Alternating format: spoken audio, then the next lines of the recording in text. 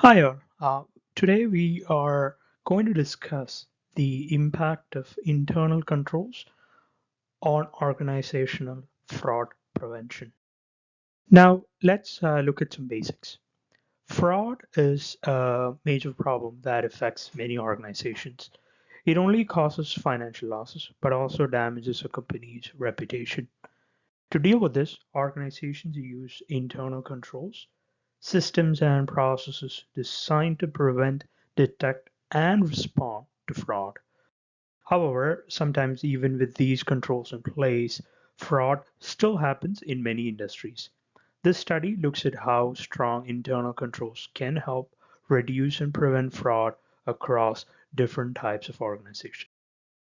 Now that we've seen why internal controls are important in preventing fraud, let's look at how these controls are developed over time. Internal controls first came from basic accounting practices that aim to keep financial records accurate. Over the years, these controls became more advanced and led to well known frameworks like the COSO and COBIT. COSO focuses on managing risks and preventing fraud, while COBIT focuses on controlling information and technology systems. After major corporate scandals, these the Sarbanes-Oxley Act of 2002 made it mandatory for public companies to have stronger internal controls. Overall, effective internal controls help reduce the chances of fraud and make companies more transparent and trustworthy. Now that we've looked at how internal controls are developed over time, let's focus on one of the most important frameworks used around the world, the COSO internal control integrated framework. COSO was created in the United States in 1985 after several big corporate scandals. Its goal was to provide a standard framework that organizations could use to design, implement, and evaluate their internal controls. The main purposes of COSO, the COSO frameworks helps companies as follows: make sure their financial reports are accurate, follow laws and regulations, protect assets from fraud or misuse, improve efficiency and overall performance. The five key components of COSO are as follows. First is the control environment, the company's overall ethical tone set by the top management. The second is the risk assessment, which means finding and understanding risks that could have an impact on the company's goals. Then the third one is control activities. These are rules and procedures that make sure things are done properly. The fourth is the information and communications, making sure important information is shared across the organization. The fifth component of COSO is monitoring activities. Basically, what that means is regularly checking and improving the control systems. Now that we've looked at the COSO frameworks and how it strengthens internal controls, let's move on to another important part of the discussion, ethics in fraud prevention. Even with the strong internal controls, ethics play a huge role in preventing fraud. The ethical culture of an organization, especially the tone set by the top management, can greatly influence how well internal controls work. Sometimes employees may feel pressured by management to ignore or bypass rules, which increases the risk of fraud. Third, that's why accountants and auditors must always follow key ethical principles like integrity, objectivity, and professional competence. The last point on this is organizations that have usually weak ethical standards often face more cases of internal fraud and collusion among employees. We just discussed how ethics and management behavior affect fraud prevention. Now let's look at the regulatory frameworks that guide internal controls and where some gaps still exist.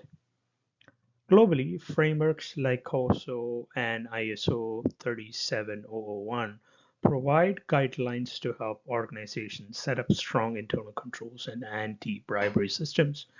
However, even with these frameworks in place, different industries apply them in different ways, leading to uneven success in preventing fraud. Small and medium-sized enterprises or SMEs often struggle the most because they don't have enough resources to build full control systems like large companies do. Also, there's still limited research showing how internal controls actually affect real cases of fraud in smaller businesses. After looking at the regulatory frameworks and some of their limitations, let's move on to how technology is changing the way organizations manage internal controls and prevent fraud. Today, many organizations rely on modern technology to strengthen their internal controls. They use automations, ERP systems, and even AI to detect fraud and monitor transactions more effectively. Through data analytics, companies can spot unusual patterns or activities that might signal fraud. Technologies also help maintain proper segregation of duties and allows for real-time auditing, making fraud harder to hide. But at the same time, relying too much on technologies brings new risks, such as cybersecurity threats and the possibility of data manipulation. After seeing how technology supports internal controls, let's now look at how these controls affect stakeholders. The people, basically, they are the people who rely on organizations' honesty and performance. When an organization has strong internal controls, it builds trust among its stakeholders, including investors, employees, and customers as well. These trust increases confidence in the company and attracts more investment.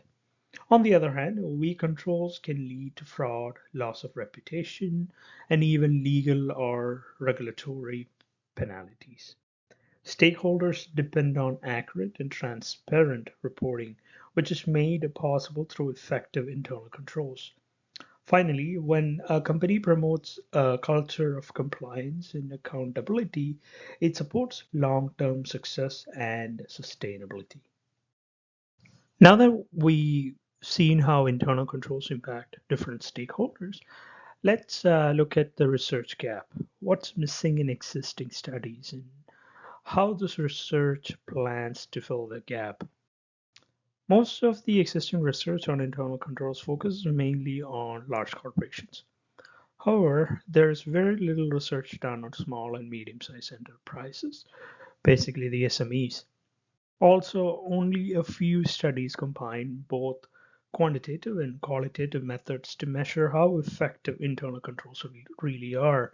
This study aims to explore how specific internal control mechanisms can help reduce fraud in organizations. The goal is to provide practical recommendations that can help companies strengthen their internal control systems and better prevent fraud. After identifying the research gap and the purpose of the study, let's now look at the hypotheses that guide these research. These are the statements we'll test to understand how internal controls help prevent fraud. Our first hypothesis is that organizations that have strong internal controls experience fewer cases of fraud. Our second hypothesis is technology-based controls like the automated systems and AI tools defect, detect fraud more effectively than traditional manual methods. Our third hypothesis is that when employees are properly trained and aware of internal control procedures, fraud prevention improves. And the fourth point here is having a clear segregation of duties, meaning no single person controls an entire process. This greatly reduces financial and operational fraud risk. Now that we've gone over the hypothesis statements, let's move on to the proposed study design. This is how this research will be carried out to test those ideas that we talked before.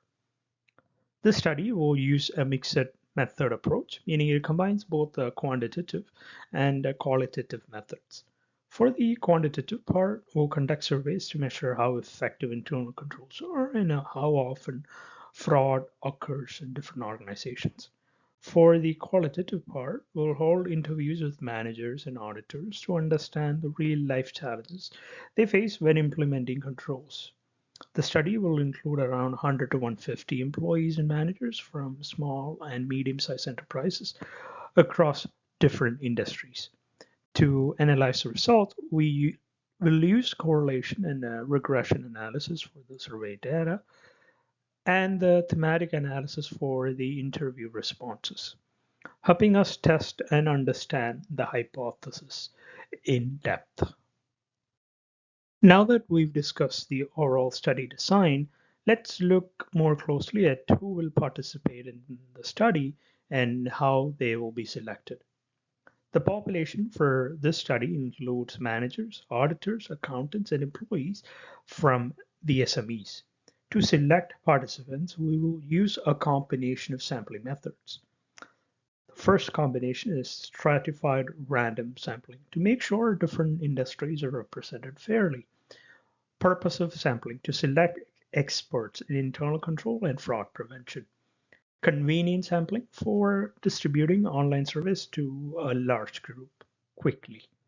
Using these methods, we would ensure we get a balanced and representative data set for the research.